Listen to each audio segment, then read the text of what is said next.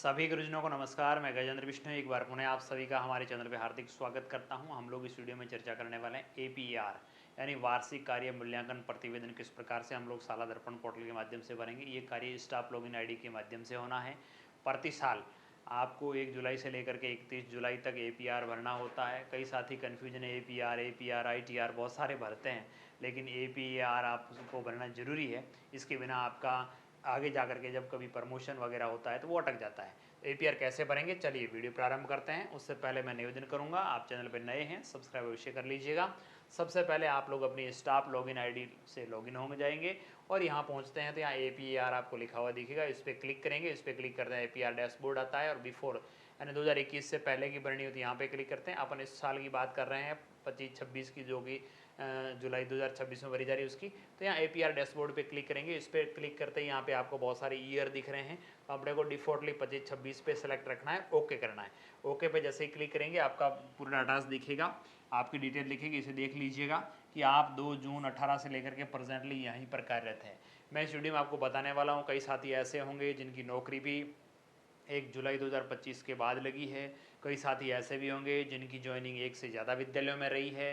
कई साथी ऐसे भी होंगे जिन्होंने अध्यापन कार्य नहीं करवाया है। बहुत सारी कंडीशनें बनेगी, उन सारे कंडीशन को अपन लोग इस वीडियो में कंसिडर करेंगे, किस प्रकार से उन सभी लोगों को भरना है। सबसे पहले हम लोग आगे बढ़ते हैं। तो यहाँ पे जैसे आप आते हैं तो आप किस प्रकार से कर्मचारी हैं, मंत्रालय कर्मचारी या अधीनस्थ के कर्मचारी हैं। यदि मंत्रालय व अधीनस्थ कर्मचारी, इन लोगों का मंत्रालय कर्मचारियों का 1 जनवरी से भरा जाता है साथियों, और 1 जनवरी से लेकर के 31 दिसंबर तक, यानी हर साल है वो जनवरी टू दिसंबर इनका काउंट होता है एपीआर। और जो शैक्षणिक कर्मचारी है, जैसे तृतीय श्रेणी या द्वितीय श्रेणी, व्याख्याता या प्रधानाध्यापक या प्राचार्य, कार्यालयों में जो भी शैक्षिक कर्मचारी जैसे आरपी सीबीओ वगैरह है, तो उनका भी जनवरी टू दिसंबर चलता है।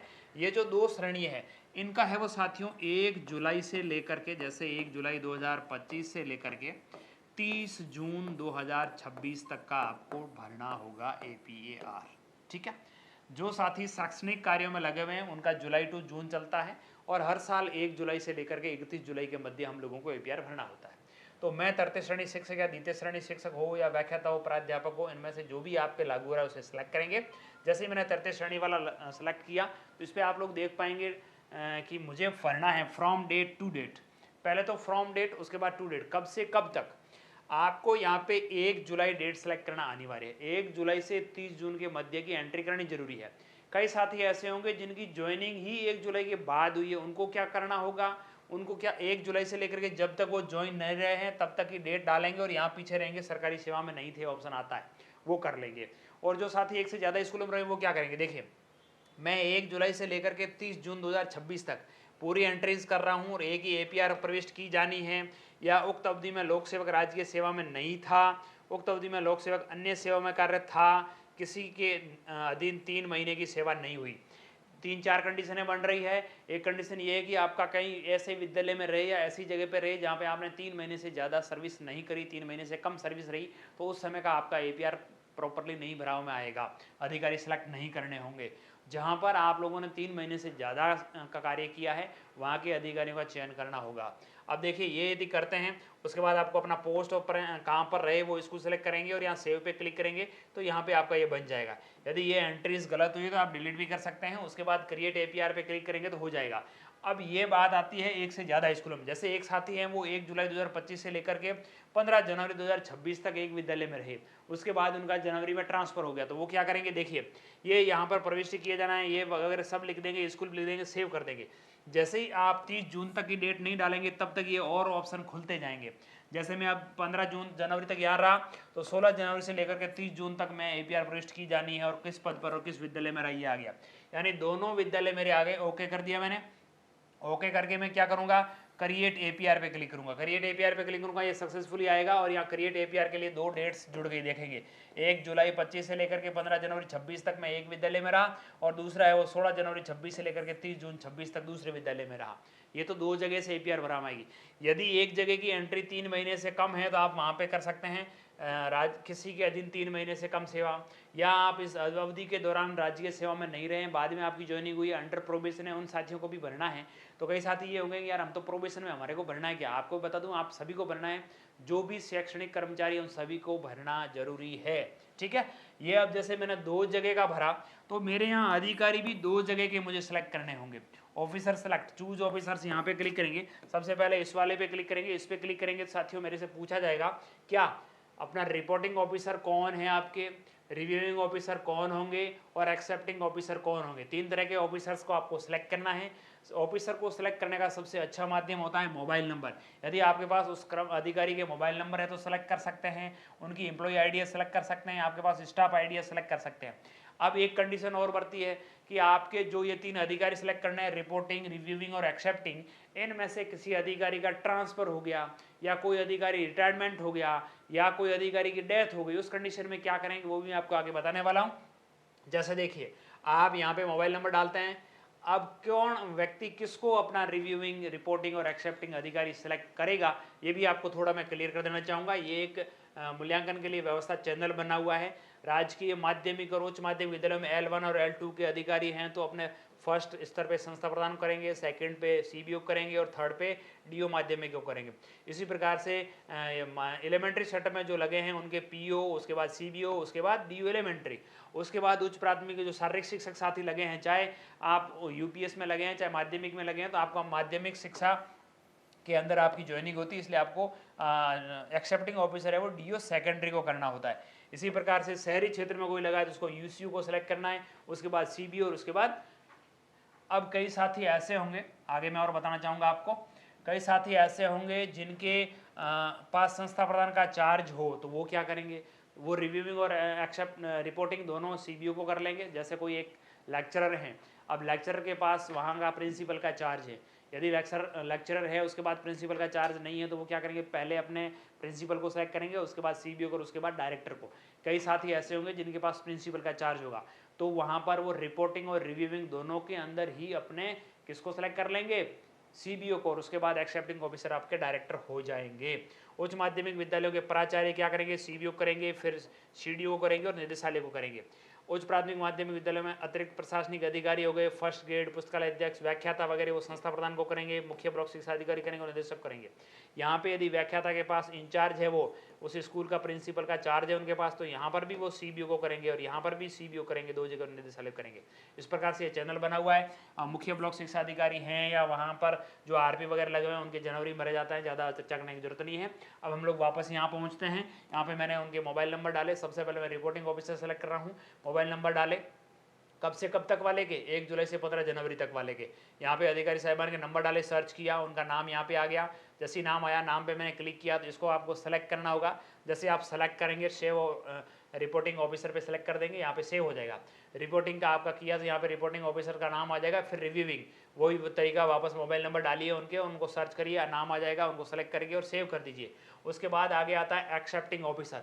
अब एक्सेप्टिंग ऑफिसर जो है, जिस अवधि के दौरान आप रहे हैं, जिस अवधि के दौरान आप अधिकारी सेलेक्ट कर रहे हैं, उस अवधि के दौरान जो थे वो अब रिटायर्ड हो गए। जैसे कि ऊपर ऑप्शन आ रहे हैं, मैंने रिटायर्ड किया, एक ऑप्शन और जुड़ गया। आप ऊपर यहाँ पे देख पा रहे होंगे साथियों, यहाँ पे वर्किंग थे, जो वर्तमान में वर्किंग है तब तो कोई इश्यू नहीं है, वो रिटायर्ड हो गए या उनका ट्रांसफ़र हो गया, कहीं और चले गए हैं तो क्या होगा, ट्रांसफ़र भले हुआ, वो कर्मचारी यदि फिलहाल जिनके अंडर आपने कार्य किया वो अभी आपके वहाँ नहीं हैं, कहीं और चले गए हैं, तो भी उनको वहीं से आपको भेजना होगा, उन्हीं अधिकारी को सेलेक्ट करना होगा। ट्रांसफ़र की कंडीशन में आपको ये ऑप्शन काम में नहीं लेना है। अगर उन कर्मचारी रिटायर्ड हो गए या डेथ हो गई या सस्पेंड हो गए तो क्या करना है, उसको करेंगे। और यहाँ ऑप्शन लिखा है, in case of accepting officer या रिव्यूइंग और रिपोर्टिंग, तीनों ही के अंदर ये कंडीशन लागू होती है। Relevant period is declined, retired, then chosen current officer of concerned post and office. आपको करंट में जो उस पद पर अधिकारी कार्यरत हैं उनको सेलेक्ट करना है। यहाँ पे आप जैसे रिटायर्ड लिखेंगे तो उसका अधिकारी का यहाँ पे आप नाम डाल देंगे, जो अधिकारी जी रिटायर्ड हुए उनका यहाँ नाम डाल देंगे। और वर्तमान में जो अधिकारी कार्यरत हैं उनको आप लोग यहाँ पे मोबाइल नंबर के थ्रू, आईडी के थ्रू, और या फिर आप जिले का हैं तो वहाँ पर उनके नाम के 3 अक्षर सेलेक्ट करते हुए सर्च करेंगे तो भी नाम आ जाएगा। और यहाँ पे उनको लिस्ट में से आप एक्सेप्टिंग ऑफिसर के रूप में सेव एक्सेप्टिंग ऑफिसर कर लेंगे और आपके ऑफिसर्स है वो सारे के सारे सेलेक्ट हो जाएंगे। यहाँ देख पा रहे होंगे रिपोर्टिंग, रिव्यूइंग और एक्सेप्टिंग तीनों ऑफिसर सेलेक्ट हो गए। अब आप देखेंगे जो मेरी एक थी विवरण, एक जगह का जो मेरे कार्य मैंने किया वहाँ का जो विवरण था वहाँ पर मैंने सारे अधिकारी सेलेक्ट कर लिए। इस प्रकार से आपको दूसरी जगह आपने जहाँ सेवा की है वहाँ के भी आप अधिकारी सेलेक्ट कर लेंगे। कई साथी होंगे जो एक जुलाई से लेकर 30 जून तक एक जगह ही रहे हैं, तो आप ये वाला काम ले लें। और उसके बाद फिल एप्लीकेशन पे क्लिक करेंगे। जैसे फिल एप्लीकेशन पे क्लिक करेंगे तो आपका एप्लीकेशन खुलेगा, ये पूरा डाटाज आपका आएगा। इसमें आपको क्या करना है, आपको मुख्य पारमाणिक कार्यों के लिए निर्धारित लक्ष्यों कृपया विनिर्दिष्ट करें अनुसार स्वयं द्वारा किया गया मूल्यांकन। आपको अपना खुद का मूल्यांकन करना है कि नामांकन के लिए मुझे 100 का टारगेट मिला, मैंने 100 कर लिए। ठहराव हमारे यहाँ क्या होता है, एक परिपाटी बनी हुई है कि मुझे 100% करने का टारगेट मिला और मैंने 100% ही अचीव कर लिया, और उपलब्धियों की कमी का कोई कारण नहीं रहा, इसलिए आप नॉट एप्लीकेबल NA लिख देंगे, चल जाएगा। यदि ऐसा कोई रहा है जो आपको टारगेट मिला वो आप काम सही तरीके से नहीं कर पाए, तो आपको यहाँ पे कारण लिखना होगा।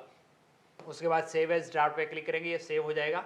ओके, उसके बाद आप नीचे बढ़ेंगे तो नीचे परीक्षा परिणाम का आएगा। आपने जो भी बोर्ड क्लासें पढ़ाई 5वीं 8वीं 10वीं 12वीं, कई साथी ऐसे होंगे हमने तो बोर्ड क्लास पढ़ाई ही नहीं, तो नहीं पढ़ाई थी, रिजल्ट का आप मॉड्यूल खाली छोड़ सकते हैं, कोई इशू नहीं है। जैसे मैंने 5वीं क्लास करा, मैंने 5वीं क्लास के अंदर नन कोई और सब्जेक्ट मैंने पढ़ाया नहीं था, नन करते हुए आप लोग सेव करेंगे, हो जाएगा। अब मैंने हिंदी पढ़ाई या इंग्लिश पढ़ाई, मैथमेटिक्स पढ़ाई, या एकल अध्यापक था इसलिए मैंने सारे सब्जेक्ट अकेले ने पढ़ाए, तो भी आप कर सकते हैं। जो संस्था प्रधान का चार्ज होगा वो ऑल सब्जेक्ट रखेंगे और करेंगे, उनका भी करना होगा। और यहाँ टोटल विद्यार्थी कितने थे, कितने पास हो गए, 60% अधिक कितने विद्यार्थियों का आया, सेव कर देंगे। इस प्रकार से एक से अधिक सब्जेक्ट पढ़ा रहे हैं, एक से अधिक क्लासों की बोर्ड क्लासें आपने पढ़ाई है, तो उन सभी का आप एंट्रीज करते हुए आगे बढ़ेंगे। उसके बाद अन्य शैक्षणिक उपलब्धियाँ, यदि आपने कुछ ऐसा कार्य किया हो, नामांकन वृद्धि किया, वृक्षारोपण करवाया, या आपने जो कुछ भी विद्यालय में भामाशाहों को प्रेरित किया, जो भी आपने काम किया वो यहाँ पे लिखेंगे। उसके बाद आपने वर्ष भर के दौरान कोई प्रशिक्षण प्राप्त किया तो उसका विवरण डाल देंगे। उसके बाद प्रतिवेदक अधिकारी द्वारा विशेष कार्यों का संक्षिप्त विवरण, इन दोनों में आपको कुछ न कुछ भरना होगा। मैंने लिख दिया all work down on time, मैंने सारे वर्क है वो समय पर पूर्ण किए। आप जो भी चाहें यहाँ पे आप अपना रिमार्क डाल सकते हैं। उसके बाद सबमिट पे क्लिक करेंगे। जैसे ही सबमिट पे क्लिक करते हैं आपका सबमिट सक्सेसफुली हो जाएगा। और सबमिट होने के बाद कई साथी क्या करते हैं, सबमिट होकर के छोड़ देते हैं। यहाँ पे आपको ध्यान देना है, सबमिट होने के बाद एक ऑप्शन और खुलेगा, फॉर फिनिश एंड लॉक। यहाँ पे आपको क्लिक करना है, इस ब्लू वाली लाइन पे, इस पर जैसे ही क्लिक करते हैं तो आप है वो यहाँ पे वापस होम पर पहुँचेंगे, जहाँ पर जैसे मैंने इस एंट्री का किया और यहाँ फिल किया, अब मैं यहाँ पे पहुँच गया हूँ।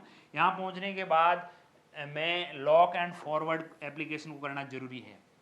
यहाँ मैं आपको थोड़ा सा और बताना चाहूँगा, यदि आपका कहीं से किसी स्तर से आपका APR रिटर्न आता है, यानी रिपोर्टिंग या रिव्यूइंग या एक्सेप्टिंग ऑफिसर के थ्रू, तो आपका जब वापस आएगा तो वापस आते समय आपको क्या करना है, सबसे पहले आपको ये ऑफिसर्स को डिलीट करना है। ऑफिसर सही सेलेक्ट नहीं हो रखे हैं, ऑफिसर को डिलीट करेंगे, फिर एंट्रीज को पूरी को डिलीट करेंगे, फिर वापस जैसे मैंने आपको शुरुआत में बताया वैसे ऑफिसर्स को सेलेक्ट करेंगे, फिर वापस एप्लीकेशन फिल करेंगे, उसके बाद वापस वहाँ से लॉक करेंगे, और यहाँ से लॉक एंड फॉरवर्ड एप्लीकेशन ये करना जरूरी है। कई साथी क्या करते हैं, वहाँ पर लॉक एंड फॉरवर्ड कर दिया और भूल जाते हैं। यहाँ आने के बाद आपको लॉक एंड फॉरवर्ड करना जरूरी है। जैसे लॉक एंड फॉरवर्ड पे क्लिक करेंगे तो देखिए क्या आता है। लॉक एंड फॉरवर्ड पे क्लिक करूंगा मैं, क्या आएगा देखिए, ये पूछेगा आपका लॉक एंड फॉरवर्ड के लिए क्या चिकित्सा परीक्षण रिपोर्ट अपलोड करना चाहते हैं। यदि यस करेंगे तो आपको अपने स्वास्थ्य की जो आपने रिपोर्ट करवाई वो आपको अपलोड करनी होगी। इसमें नो रखिएगा, नो करके सेव मेडिकल स्टेटस पे क्लिक करेंगे, आपका मेडिकल स्टेटस सेव्ड हो गया। अब सेंड OTP का ऑप्शन आ गया। जैसे ही आप सेंड OTP पे क्लिक करेंगे आपके जो मोबाइल नंबर शाला दर्पण पे ऐड है उस पर OTP चला जाएगा, और कन्फर्म OTP कर देंगे। आपने OTP डाली, कन्फर्म हुआ, आपका सक्सेसफुली हो गया, आपका है वो फॉर्म APR चला गया। और यहाँ पे डाउनलोड का ऑप्शन आ गया, ऑलरेडी सबमिटेड ये लिखा हुआ आना चाहिए, तभी आपकी APR सबमिट होगी। और यहाँ डाउनलोड पे क्लिक करेंगे, आप PDF डाउनलोड हो जाएगी, किस तरह से आपने कहाँ काम किया, कितना % रिजल्ट रहा, वगैरह वगैरह। अब कई साथी ये होंगे कि यार मैंने भरा, उसकी स्टेटस क्या है मुझे चेक करनी है, तो आप यहाँ क्या करेंगे, बैक टू डैशबोर्ड पे चले जाएंगे। बैक टू डैशबोर्ड पे जाएंगे तो आपके यहाँ पे आएगा, यहाँ पे आप व्यू फील्ड APR स्टेटस यहाँ पे देख सकते हैं, फील्ड APR देख सकते हैं, पेंडिंग APR 0 है।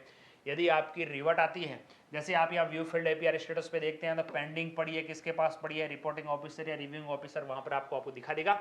यहाँ पे पेंडिंग अभी तक कंप्लीट नहीं हुई है, पेंडिंग है या फिर रिवर्ट आ गई है। तो रिवर्ट आ जाए तो आपको इस वाले पे click to fill and edit new application, इस पर क्लिक करते हुए जो मैंने आपको पहले तरीका बताया, सारे अपने जो एक्सेप्टिंग, रिपोर्टिंग और रिव्यूइंग ऑफिसर सेलेक्ट किए उनको डिलीट करेंगे, अपनी APR जो आपने भरी वो फॉर्म को डिलीट करेंगे, पुनः भरेंगे नए सिरे से और वापस से फॉरवर्ड कर देंगे। और यदि अब यहाँ पेंडिंग आ रहा है, जब कंप्लीट होगा तब क्या आएगा वो आपको बता देना चाहूँगा। उसमें आपको जैसे मैंने 24-25 का आपको दिखा देता हूँ। बैक टू आप चले जाएंगे, सेशन सेलेक्ट करेंगे, यहाँ 24-25 मैंने देखा, इस पर जैसे ही मैंने क्लिक किया तो यहाँ पे आप लोग देखेंगे एप्लीकेशन स्टेटस पे मैंने क्लिक किया तो यहाँ आप देख पा रहे होंगे सेव बाई ऑल ऑफिसर्स आपकी सबमिट हो गई है। और ये PDF का जो निशान आ रहा है इस पर आप जैसे क्लिक करेंगे आपकी भरी भराई APR डाउनलोड कर सकेंगे। ये फाइनली जब एक्सेप्टिंग ऑफिसर द्वारा एक्सेप्ट हो जाती है तब यहाँ PDF का ऑप्शन आता है, अन्यथा ऑप्शन नहीं आता है। इस प्रकार से APR भरने की और उसको किस प्रकार से आप ठीक तरीके से भरेंगे, सारी प्रोसेस हम लोगों ने जानी। फिर भी आपको कहीं डाउट रहे, कमेंट करिएगा, रिप्लाई करने का प्रयास करेंगे। एक बार पुनः सभी साथियों का बहुत बहुत धन्यवाद।